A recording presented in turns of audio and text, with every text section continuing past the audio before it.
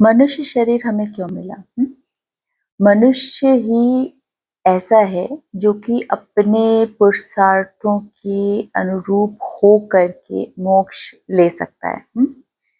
किसी भी जानवर को ये शक्ति नहीं है, किसी भी जानवर में क्षमता नहीं है। ठीक है, तो यदि मनुष्य जीवन मिला है तो मनुष्य का जो हमारा शरीर है यही सब कुछ है। इसको कैसे ध्यान में रख करके इसके लिए बहुत अच्छा करना है, क्योंकि सोल जो है इसी शरीर के अंदर है और हमें अपनी सोल को फ्री करना, लिबरेट करना है अगर, तो सब कुछ यही सोचना है कि इस शरीर में रह के ही है, इसके बाद कुछ भी नहीं है। अब इसे समझना कैसे है? इसे समझना वैसे ही है कि जो कुछ भी बाहर है वो सब हमारे अंदर है। कहने में अजीब लगता है, सुनने में भी थोड़ा अजीब है, लेकिन कैसे है? जैसे कि अगर हम ये सोचे कि विष्णु कौन है, तो विष्णु हमारा हृदय है। ठीक है, विष्णु के जितने भी अवतार हुए हैं, चाहे कृष्ण भगवान का हो या कोई भी अवतार, यदि उनको ये देह त्यागनी पड़ी है तो उनका हृदय कभी भी नहीं यहाँ से गया। ठीक है, वो किसी ना किसी रूप में आगे चलता रहता है। जैसे जगन्नाथ भगवान के लिए बोलते हैं कि कृष्ण का हृदय अभी भी वहां पर। तो हृदय क्या है? हमारे विष्णु भगवान है। और हमारी जो नाभि यानी ब्रह्म स्थान है वो हमारे शरीर का ब्रह्म स्थान है। ठीक है, तो वो है ब्रह्मा। और अगर आपको पता हो तो विष्णु भगवान के नाभि से ही, नाभि कमल से ही ब्रह्मा जी की उत्पत्ति हुई थी। तो हमारी बॉडी में हमारा जो ब्रह्म स्थान है वो ब्रह्मा है। वहीं से हमारी बॉडी की नॉट भी है, यानी कि सब कुछ वहीं से शुरुआत है। शरीर की शुरुआत ही वहीं से होती है। फिर शिव क्या है? शिव एक ऊर्जा है। कौन सी ऊर्जा? शिव, अगर एक कथा है जिसमें कि विष्णु भगवान और ब्रह्मा जी जाते हैं और एक ऊर्जा का स्तंभ होता है जिसका वो ओर छोर नहीं पा पाते हैं, तो वो क्या है? वो है हमारी कुंडलिनी ऊर्जा, जो हमारी बैकबोन यानी कि रीढ़ की हड्डी के अंदर वो ऊर्जा होती है, कुंडलिनी ऊर्जा। उस ऊर्जा को हमें धीरे धीरे धीरे धीरे ऊपर लाना होता है। ठीक है, और उस ऊर्जा का कोई अंत नहीं है। ठीक है, किसी भी प्रकार से उस ऊर्जा का कोई अंत नहीं है।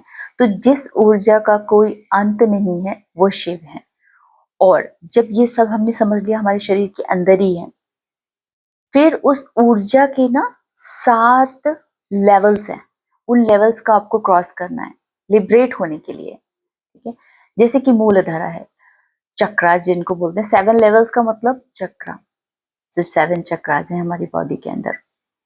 तो जो मूलधार चक्र है, मूलधार चक्र ना सबसे लोअर चक्र है हमारी कुंडलिनी का। अभी क्या है, जिसमें भी अभी हमारी बॉडी में एक तरीके से ये आप ऐसे समझ लिए बिल्डिंग्स हैं, हमारे प्राण कहाँ बसते हैं।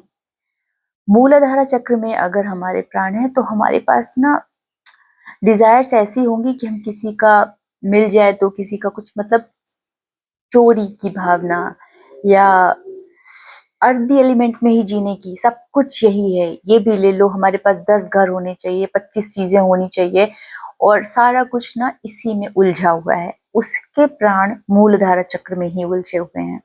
ठीक है, और इसके बाद स्वादिष्टान चक्र। स्वादिष्टान चक्र के अंदर में है कि आप कितना भोग विलास के साथ जीते हैं, आपको लग्जरीज कितनी पसंद है, और उनके प्रति आपका कितना अट्रैक्शन है।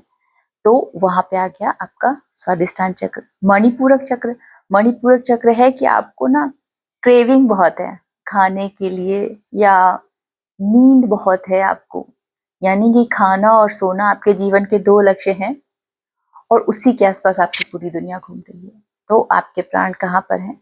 मणिपूरक में है। अभी अनाहत चक्र में अगर आए, अनाहत चक्र का मतलब है आप हृदय से सोचते हैं, अच्छा बुरा। कई बार क्या होता है, इमोशनल फूल लोग जिसको कहते हैं, वो बहुत दिमाग से सोचते नहीं है।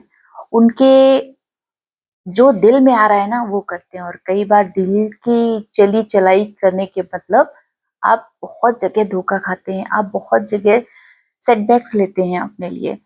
तो वहां पर जहां आप बिल्कुल इमोशनली ब्रोक डाउन हो जाते हैं, ऐसे लोगों के जो प्राण है वो अनाहत चक्र में होते हैं। ये अच्छा भी है, क्योंकि जितने आप इमोशनल होंगे उतना आप समाज को जान सकेंगे, और देखिए ना, लेवल क्रॉस करते करते ही तो हम ऊपर आए। पहले आपने मूलाधार, फिर स्वादिष्ठान, मणिपूरक, इनको क्रॉस कर लिया। मतलब आप उन एलिमेंट से उठते जा रहे हैं, तो आप क्या एक जगह पे आकर के आप बहुत इमोशनल हो जाते हैं। आपकी स्पिरिचुअल जर्नी में आप एक जगह पे आके बहुत इमोशनल होते हैं। तभी अब जब इमोशनल है, अभी उससे ऊपर क्या आता है, उसके ऊपर आता है विशुद्धि। विशुद्धि का मतलब है आपका जितनी भी क्रिएटिविटी है उसमें यदि आपके प्राण अटके, प्राण अटके का मतलब है कि आपका पूरा ध्यान वहीं रहता है।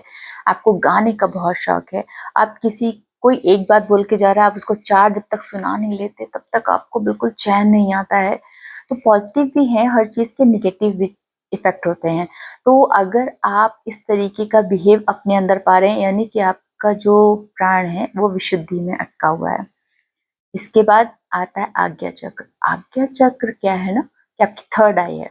थर्ड आई खुलने का मतलब है, या थर्ड आई में आने का मतलब है आपके प्राण, कि अब आपको ना संसार का ज्ञान होने लगा है कि ये संसार मिथ्या है। इसके बाद में जो भी होगा वो अलग ही लेवल का सुकून आ जाता है यहाँ पर, कि जो आप देख रहे हैं वो सब कुछ भोग विलास आपको छोड़ने का मन करता है, और आपको साथ के साथ में किसी चीज का मोह नहीं रह जाता है। मोह बहुत कम हो जाता है, डिटैचमेंट बहुत ज्यादा होता है जब आप आज्ञा चक्र में आते हो। प्लस आपको ना हर चीज दूर दृष्टि मिलती है। दूर दृष्टि का मतलब आप किसी चीज का क्या इफेक्ट होने वाला, किस बात कहाँ तक ये ले जाएगी हमें, इस चीज का बड़ा ना आभास होने लगता है। वो होता है आज्ञा चक्र। यानी कि अब आप उठने के मतलब ऊपर उठने, अपनी जो आध्यात्मिक यात्रा है उसमें काफी ऊपर आ चुके हैं।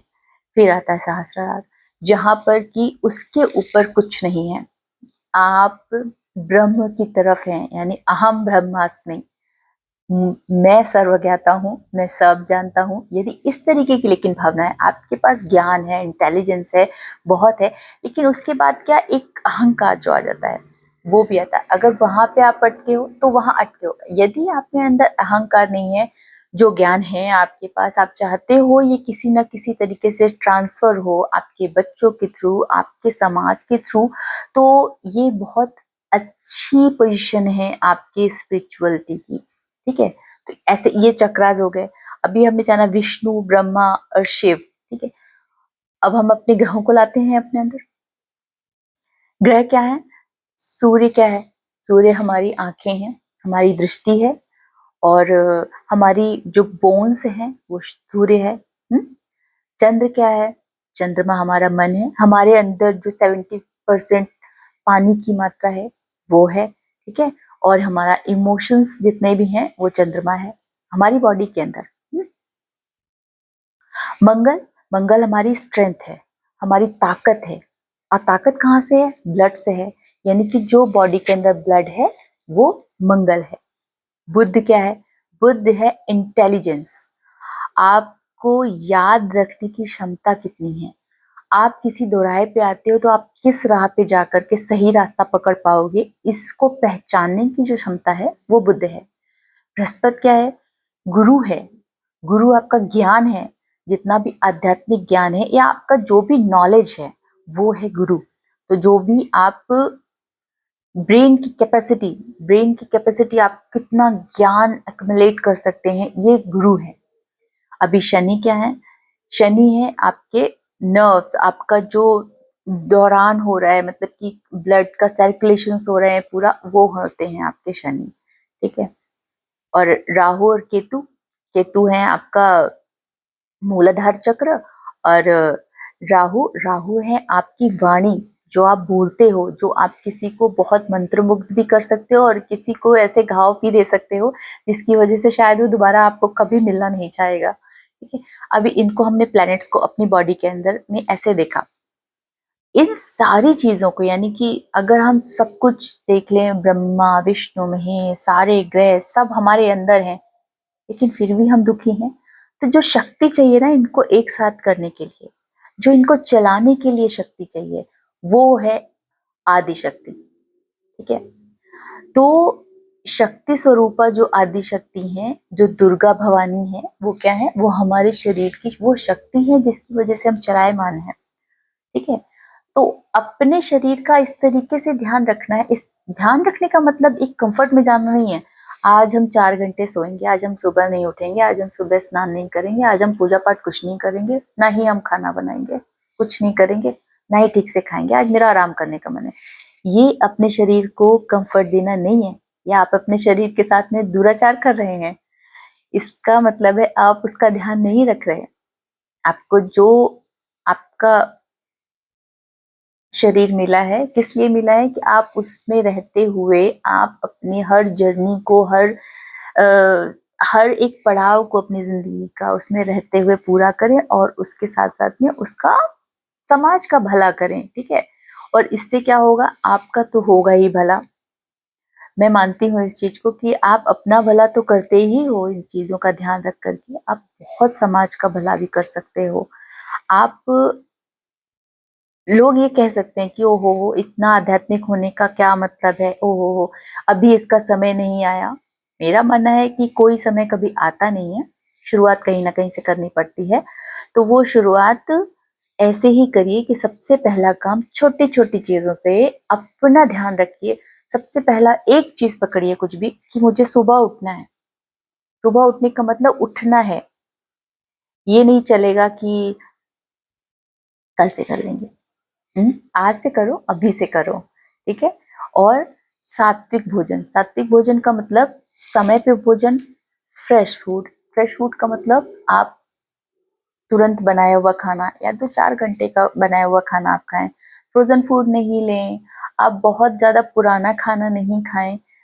इससे क्या होगा, आपका गट बहुत अच्छा रहेगा, गट अच्छा रहेगा, ब्रेन अच्छा रहेगा, तो आप ना इन सारी चीजों के साथ साथ में अपने आप को मर्ज करते चलोगे और अच्छे से चलते चलोगे।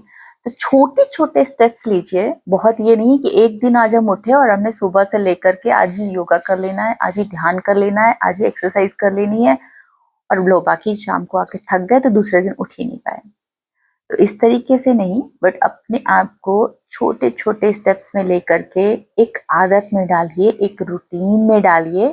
और ये सबके लिए जरूरी है, किसी एक के लिए जरूरी नहीं है। तो